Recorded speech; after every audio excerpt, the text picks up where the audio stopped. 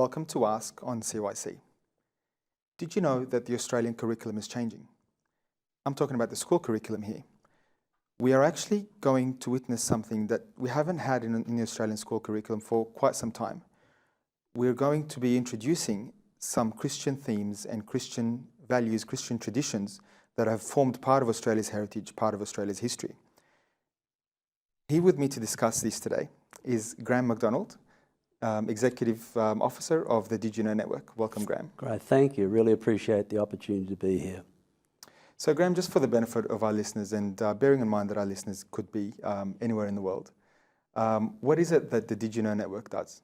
What we're doing, we look into the history, particularly of Australia at the moment, and what we find is that there's such a rich history, Christian heritage within our country. But this same heritage, I believe, is the same in America. I believe it's the same in Canada, same in the USA. And it just appears that it's not very well known by folk. So here in Australia, we've been producing these stories, sending them out through the Christian school groups, and they've been extremely well received. Excellent. And what kind of stories are we talking about? Oh, we're talking about the first fleet that came to Australia. There was a lot of Christian influence in that particular arrangement. The first fleet arrived here, 11 ships, and they only lost 48 lives. And in that period of time, that was really, really good. But there's a lot of Christian involvement in that. The next fleet that was sent out from England, same number of ships, roughly the same number of people. They lost 5 times as many people. The people who brought the second fleet out were people who had been involved in the slave trade. So they obviously weren't concerned too much about the prisoners and the people, whereas the Christians who came out on the first ship looked after the people well. They arrived here and yeah, so there's those sorts of things in history that we see in our history as well. And even publicly, we have this on our $50 bill, story of a young man. The story actually goes, his father was born into a full-blooded Aboriginal family, went through the initiation ceremony, actually lost an eye in a battle. But when he was 26 years of age, a missionary actually introduced him to the teachings of Jesus. He accepted those. This transformed his life. He spent the next 4 years learning to read and write using the Bible. And when he got married, it was the first Christian marriage in that tribe. And David was number 4 of 9 children. And David, incredible brain, incredible mind. And he, even as a young man, he was talking about helicopters before they were even invented, and but he also was an inventor, and he invented a shearing tool that's on the $50 note, and he also obviously stood up for his people, and he taught clergy in Australia how the Bible and the dream time, there was a lot of similarities, and that was a sort of a bridge to be able to talk to our Aboriginal brothers and sisters about Lord Jesus and what he'd done for them as well. That's very interesting. We handle money, we handle currency all the time, but we never really think as to the stories behind the characters on these notes, do we? No, that's true. And some of them, you know, are really significant. Again, our $20 bill, here's a young man, his mother passed away when he was 2 years of age. He was basically brought up by his family, and that because it was difficult times.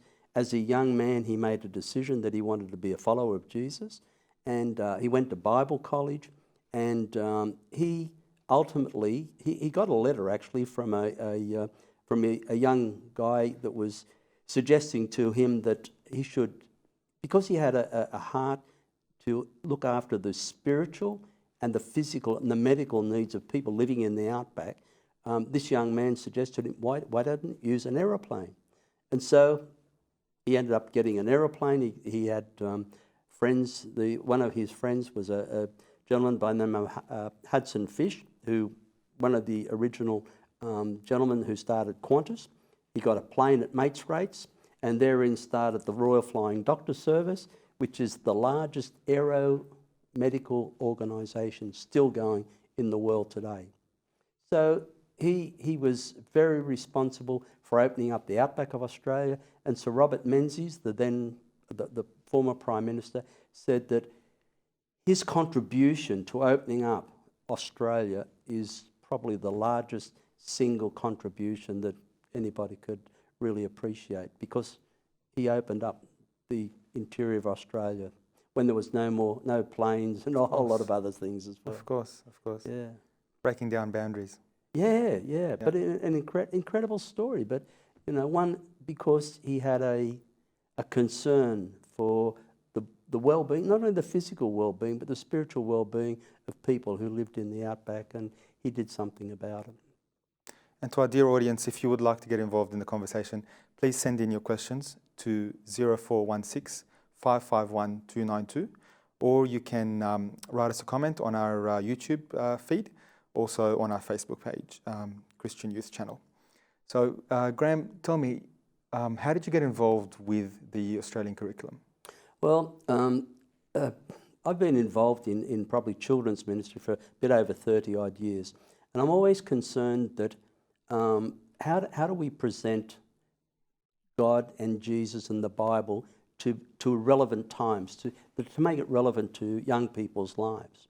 And I came across, as I started reading books about our heritage, I realised, again, we had this rich Christian heritage. So in 2006, myself and some other colleagues, we sat down and we met with the then Federal Minister of Education, Julie Bishop, and we talked about our Christian heritage, all these stories that we have. And her words were, exquisite timing, please put in some submissions, because they were then in the process of setting up the national school curriculum. So we did that, we put in these submissions, and we were led to believe, and I really believe this, that either most of them or all of them were accepted. And so then we had a change of government, and two of my colleagues were invited by the Labor government to sit on panels. However, the national curriculum that came out eventually had very little resemblance to our Christian heritage, even to our Western culture, where we come from. So then when the coalition got back into power, Christopher Pyne, the then Federal Minister for Education, called together two gentlemen. One is Kevin Donnelly, and the other one was Ken Wiltshire. And Kevin I'd spoken to in the past, and they were asked to revisit the national curriculum and look at it and revamp it. So we sent off our submissions to Kevin, and in September last year, in the 19th of September, in the Australian, the former Federal Minister for Education, Christopher Pyne, made the statement that our Christian heritage will be taught in our schools. So, we're just praising God, to be honest with you, that we can now legitimately explain to children why people did things. They would learn, certainly, about the Reverend John Flynn, but they would probably not have learnt the fact that because he was a follower of Jesus, that was his reason, because he wanted to look after people. So they now will be able to learn that, and I believe that we can do that. And I believe also too, Kamal, that we've got this opportunity to re-establish our Christian roots through our education department, through our children, for them, for maybe the first time ever, even their parents, for the first time ever, will understand the incredible impact Christianity and the church has had on the moulding of this country. Let me ask you, Graham, how did Australia come to lose its Christian heritage? How did generations grow up not knowing these things? Well, I think what happened is that like the first 100 years of schooling in Australia were all church schools. Then as the demand for education grew, the churches, by and large, handed it over to governments. So the governments took over the education of the populace. And because the people involved in the education system through governments are not necessarily always believers or people of faith. So over the years, the Christian influence has been eradicated, taken out of the curriculum, and that's why, for me, to be honest, the fact that we now have the government saying we can now teach it again, I just think is an incredible miracle. And I really sense it's something that God's giving us an opportunity to re-establish our Christian roots and let people understand where we really do come from. A miracle indeed. And are we talking about just Catholic schools here, or just religious schools, or all schools? We're talking all schools. We're talking the whole curriculum. The Australian curriculum, the stories that we're producing, and we put this information on our website, is where do the stories fit into the national curriculum? Well, that information's on our website. So we encourage people to get on the website, have a look at the stories. They'll be really surprised at some of the stories there, but they can actually have a look at those stories, and they can actually sign up. And we want to make this for free for all teachers in Australia, for all parents, and also for children, because the generation that's coming up, they're digital, and it's already happening that our children in some schools don't take books to school anymore. They take their iPads. That's right. My wife's a high school teacher. I hear all about it. Yeah. But it's amazing. I had some information come out of the UK, and there's a government body that tracks iPads, smartphones, and what have you. And they start off with 3-year-olds. Wow. And I'm going, 3-year-olds? I happened to mention this to one of my friends at church, and he said his 3-year-old granddaughter comes, "Pa, can I borrow your iPad? What's your PIN number?" So she plays games. Yep. Then when she comes again, "Can I borrow your iPad?" "Yeah." "Oh, do you want me to tell you the number?" "No, I remembered it." Of course. She's 3. Of course. So, I think we need to be conscious of that development. I mean, it's a phenomenal way that people can learn, but it's, we need to be conscious that, as I say, what we produce and put on our website is tablet friendly, phone friendly, internet friendly, and people can download those stories for free. And we're encouraging people to let their children see these stories so they can have discussions about our history, but also about how Christianity's played an important part in our history. Okay, and the digital side of it, I guess, in order to engage these kids, are they storybooks online? Are they games? Are they videos they can watch? Where we're going with that, on our website, we are heading down that way, but that costs a lot of money. Of course. We'll talk about that in a minute. But what we've got at the moment on our website, for most of the stories, we have a 650-word story. Mm-hmm. We have a PowerPoint presentation. We have an activity sheet.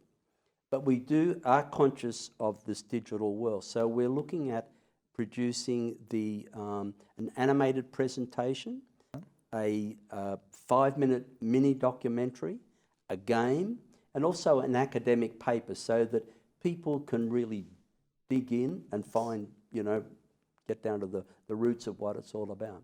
But that's obviously going to cost a lot of money, and people like Christian Youth Channel, you guys are looking at working with us to produce some of those stories, and we've got other people we're talking to as well. And it's definitely a great cause. So let me ask you then, for a school to take part in this, is it optional? Is it mandatory as part of the curriculum? How does it actually work? It will probably take 2 to 3 years before it becomes more available to people.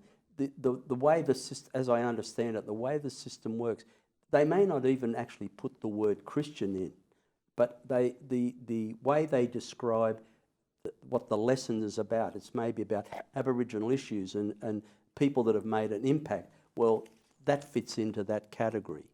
And I believe it's up to the Christian parents and our clergy to be talking to our children and talking to the teachers to see that they're being taught not only about the fact that he was a poet and all those things, but about his Christian faith. And I sense there will be some schools that they're going to be quite receptive to it. There's others out there, I think, who are going to probably do whatever they can not to teach it. They'll teach the specific without teaching about the faith component. And I'm not sure that how you ever police that, to be honest. Fair enough. And just in terms of Great Australians, there's some talk at the moment about Fred Hollows being put on the $5 bill. And he's got some I guess, sentiment to do with the $5 bill. But what will you have a story about that? I'm not sure that there's a story to tell about that. The only, I mean, I really appreciate Fred Hollows. I mean, he's done a fantastic job, and he's left an incredible legacy. My understanding, Fred Hollows, as a young man, actually was a young man of faith. Actually started Bible college. Now, whether that elevates him to go on to our $5 note, I'm not quite sure, because I'm not sure who they're going to take off, because that could create some interesting situations. I mean, no one can decry what the man has done. I mean, that's fantastic, worldwide. What he's done. And I can't help sense that that again has been his foundational faith, although he may not have expressed it in later life or what have you. But he did, I understand, go to Bible college. That would indicate to me that he had some sort of faith. My guess is that he possibly didn't find church, the place where he wanted to continue on. So he just went out and did what he did. And, you know, we need to thank God for people like that. Excellent. So we're going to take a quick break and be back in a couple of minutes. And we do have a few more questions. So a few of those have come in from audience members, so that's good. Would like you to please keep sending your questions to us on 0416 551 292, or you can send us a message on our YouTube link or our Facebook page, Christian Youth Channel. Thank you, and stay with us.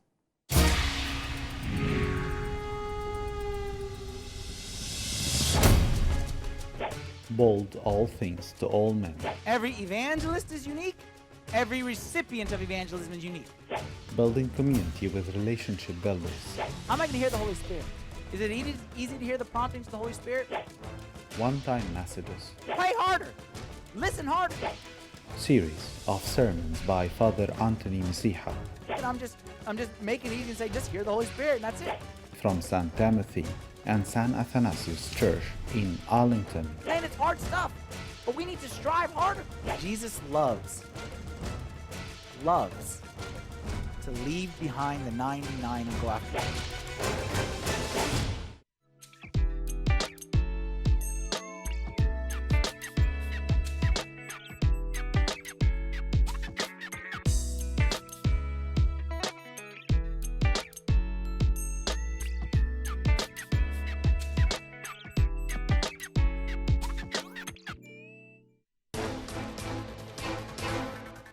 Are you interested in youth problems? I have many friends who would say that their body is their business. Do you wonder of specific matters in your life? The reason why they created that choir was to stop women from actually talking and from gossiping. Are you afraid of making some quick decisions? Abortion shouldn't happen because we don't know if the fetus is a person. Do you want to know many answers of various questions? Men and women are different, and I think unfortunately society at the moment really doesn't want to accept that. Just watch Youth Chat on CYC.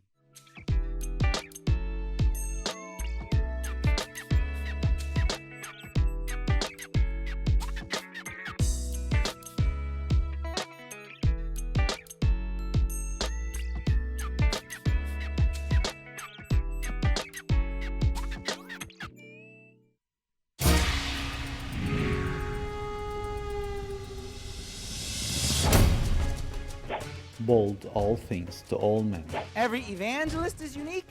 Every recipient of evangelism is unique. building community with relationship builders, How am I going to hear the Holy Spirit? Is it easy to hear the promptings of the Holy Spirit? one-time messages, Pray harder. Listen harder. series of sermons by Father Anthony Messiha And I'm just making it easy and say, just hear the Holy Spirit, and that's it. from St. Timothy and St. ATHANASIUS Church in Arlington. Man, it's hard stuff, but we need to strive harder. Jesus loves to leave behind the 99 and go after it.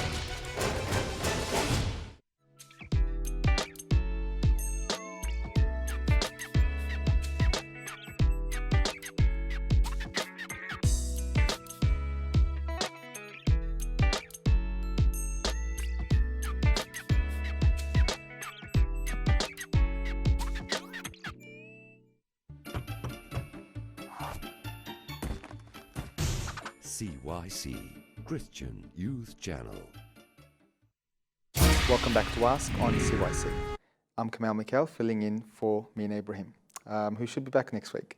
So today we're talking about Christianity and the school curriculum. And we have our guest, Graham McDonald from the Diduno network. So Graham, we were just talking about how we're adding all these, stories, Australian stories, to the Australian curriculum, and emphasising that these great Australians may have acted out of faith and have acted out of care for their fellow man, inspired by their faith.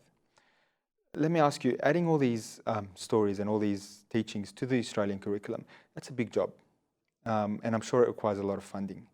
What's your plan, and how are you funding that? Well, how we do it is that when God set up the Israelites, there were 12 tribes. One tribe to do the God things, and 11 tribes to support that. And I sense that that's what we as Christians need to be doing. We need to be doing the work of producing the stories.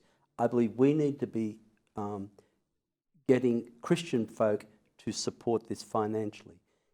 What I believe we need to do, I believe we need to be going to the teachers, the governments, and we need to say to them, we want to give this to you as a gift from the people of God to the teachers of Australia for free. This way, I believe we do two things. Number one, we don't put ourselves in a position where we're counting on funding from the governments, which often can come with strings attached. So this is one thing whereby we want to give this as a gift to the education system of Australia. The next thing that I think that comes from that is that if we produce the stories and we can give the teachers all the tools they need, because teachers are time poor. Yes. And you're right. It's to add it onto whatever they're already doing is going to be, and that's one of the reasons why when you look at the statement from Christopher Pine, they're actually cutting it back. But what we can offer or intend to offer is a package deal where a teacher goes click, click, they've got the story on the smart board, they've got all they need, and as I understand it, the children who will have their tablets will go click, click, and they'll have the story on their tablets as well. So it's not going to cost the teacher any time, it's already going to be prepared for them, and it's not going to cost the government any money. That's great. So, I mean, yes, it's a lot of money, but God owns the sheep on 1,000 hills, and so I don't sense that's going to be a problem. But I really sense that this is going to be a great opportunity for the Christian church to say to government, we want to support you. You have endorsed teaching our Christian heritage. We want to thank you for that, and we really do appreciate it, and we want to support you in that. And this is how we can do it, by supporting you, by producing and giving you these stories for free. So practically speaking, if anyone from our audience wants to help you with this cause, wants to donate, what can they do? Oh, they can get onto our website. We have a donate section there. And in fact, people can actually get a tax deduction for their contributions because it's involved with schools. So yeah, no, we're happy to sit and talk with people who want to understand more about what we're doing, how it works, what we're doing, how we're doing it, and understand the costs involved. And when you, as you mentioned before, when you get into the technological side of producing games and mini documentaries and animated presentations, you're starting to talk some, pretty reasonable sort of money, know. So, but if we want teachers to come to our website, then we need to give them the best that we possibly can. And I believe that that's what God would expect of us. And I just think that we have this incredible opportunity to actually bless our society by making these stories available. So the website for our audience is www.diduno.info. That's diduno.info, and we've got the website on the screen there. And if you'd like to ask Graham any question, please continue to send in your questions on SMS 0416 551 292, or you can call us on that number, or you can send a message to us on the YouTube feed. So Graham, a few more questions, and one that's come in. So we've had a question that's come in from our audience about the funding. Where are you getting the money to fund all this and to provide all these resources on the website? Let me ask you, are there government grants that could help with this? I believe there are government grants, but there are also many Christian organisations that I believe have got access to money. And one of the things that, as I said earlier, I believe that it's God's people who can support this, as opposed to trying to go to government and try and get money from. You listen to the news, they're trying to look at how they're going to cut money out of this. They all want to save money. And so I think we have this incredible opportunity to come and say, hey, we want to do this for you, and it's not going to cost you anything. I think that's going to be a bit of a surprise to the ministers when we talk to them like that. But I think it's just an incredible opportunity. And frankly, where we're up to now has basically been by people who have donated their time, their talents, their gifts to whatever we have on our website at the moment. But I believe we're now moving into a whole new area whereby our initial target audience was Christian schools, Catholic schools, roughly 1 million children. Now we're looking at 3 million children. So we've got extra schools and we've got extra work to do, and we need to be doing the best we can and offer this, as I say, for free to any teacher anywhere in Australia, and frankly any teacher in the world, because things like Father's Day in June is celebrated in 72 countries in the world. So countries in other parts of the world can pick up on some of these stories and use them in their own countries. So, yeah, and we'd like to offer that for free. That's a great blessing. Let me ask you, when will this actually start in the curriculum? Because for children in schools, they're always getting new items added in their curriculum and so on. Is this starting, say, from 2016 or looking at later on? We're actually looking at trying to speak with the minister, the federal minister, and the state minister here in New South Wales to get some sort of leading on that. What we understand is that even now, if there's teachers that want to use our stories in the public schools, they could actually do that because it fits within the general guidelines. But in terms of when it's actually going to, I'm not sure the timeline, and that's a bit vague, and apparently that's normal. Of course. So my guess is it's probably going to be maybe a 2-year phase-in period, and that's why we need to be up now, getting our acts together, getting the stories ready, getting everything in place so we can offer that, you know, as soon as possible. Have you faced much opposition, much detraction from what you're doing? Has anyone come up and said, what you're doing is useless, no one will take this up in Australia? It's really interesting. Not one person. In fact, it's actually been a bit the reverse. What I found is that even people that are not necessarily churchgoers have said, oh, I didn't know that. And so they're actually a bit taken back that our $20 bill, our $50 bill, the story on that. But this is another thing that's actually happening, is that we have chaplains in retirement villages, aged care centres, prisons, armed forces, etc. And they take these stories and they say to me, Graham, it is so easy to have a spiritual conversation because they've got a $20 bill, they've got a Mother's Day, they've got Father, whatever it happens to be. So we've got another whole group of people that we haven't even talked about who are taking these stories and using them to have discussions with people. So it's actually been a bit in fact, it's a bit overwhelming because there's all these people that want these stories, and as soon as we talk to them, they're saying, "Sign me up. I want to be a part of the whole system." So, yeah. Okay. We've just received another question from one of our viewers.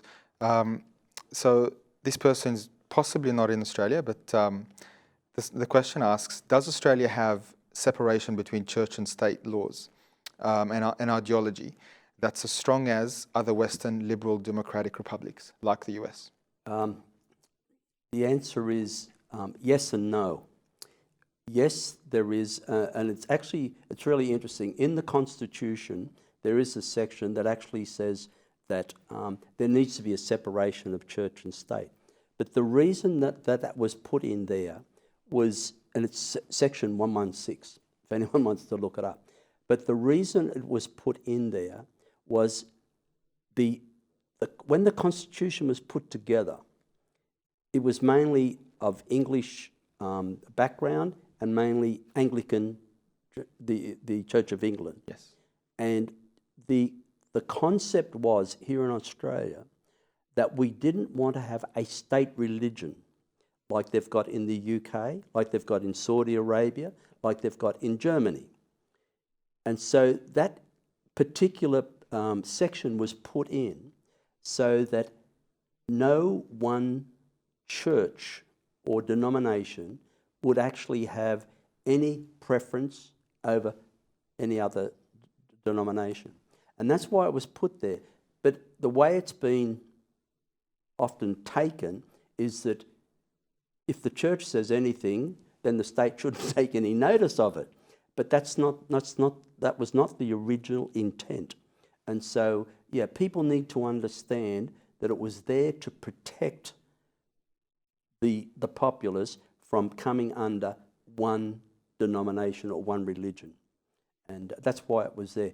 So what's happened in the States, I believe, sadly, you've got this wide divide, and we haven't got that here yet, and I hope we don't get that, because, again, the reality of it is, I think, in fact, with these stories, I think it's going to help people have a bit of a less polarised view of what it means from separation of church and state.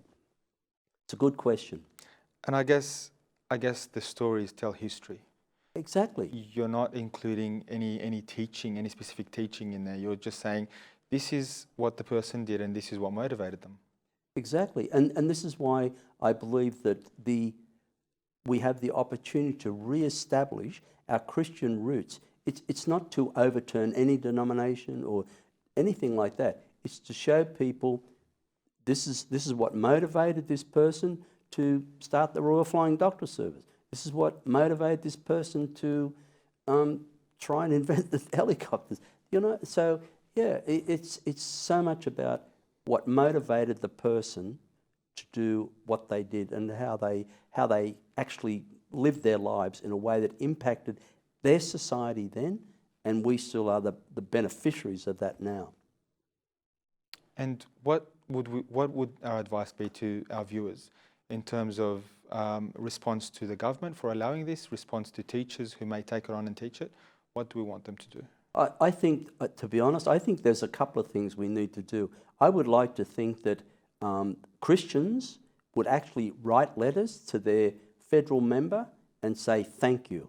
Thank you for endorsing our Christian heritage. I would love to see that. I would then also encourage parents to sign up on the website so that they understand the stories. They can then talk to their children about it. This will also, I think, help the parent find out if the school is actually teaching the whole story instead of just the specific, without the faith component. And I just think it's got the opportunity to have discussions, particularly with our young people, to help them understand the relevance of Christianity in our society, but also how it can be very relevant to their lives. And hopefully it will challenge and inspire them to do some of the great things some of our Christian heroes have done in the past. And where do you see the future of Australia from here? What's your idea, what's your goal to get from this? Well, my goal is that we make, if we send these stories out around as I believe that we need to do, I sense that God will do a wonderful work here in this country. I believe sincerely it is the lucky country. I think we've gone off track a bit. I think the church and I think governments have gone a little bit astray. And I think here we've got God saying, I'm going to give you another opportunity. I'm giving you an opportunity. And if we, the Christians, if we grab hold of that and take advantage of it, I believe that what we're going to see in the future, we will see more people who their well-being will be based on not so much what's good for me, but what can I do for others. And I think we're going to have, hopefully, I hope to see a society where we really have a love and care and concern for others around us and be aware of their needs and share and help and be compassionate to others. It's a great vision indeed. It's possible. God can do anything. That's correct. Well, thank you, Graham, for joining us, and may God bless you and bless the work that you're doing. May it be fruitful, and we hope to see you back on here with telling us updates about how it's going, how many schools have picked it up, and all the interest in it. That'll be wonderful. Thank you very much. Appreciate the opportunity. Thank you, and thank you to our dear viewers for joining us today and for your questions. If you have any other questions too, Graham, we'll just put up the website for Diduno. Please, you can go on the website, you can ask questions on there, you can sign up, especially if you're a parent, sign up on there, read the stories and make sure that your child is being taught the entire story. From all of us here at CYC, thank you, and we hope to see you next week. Good night.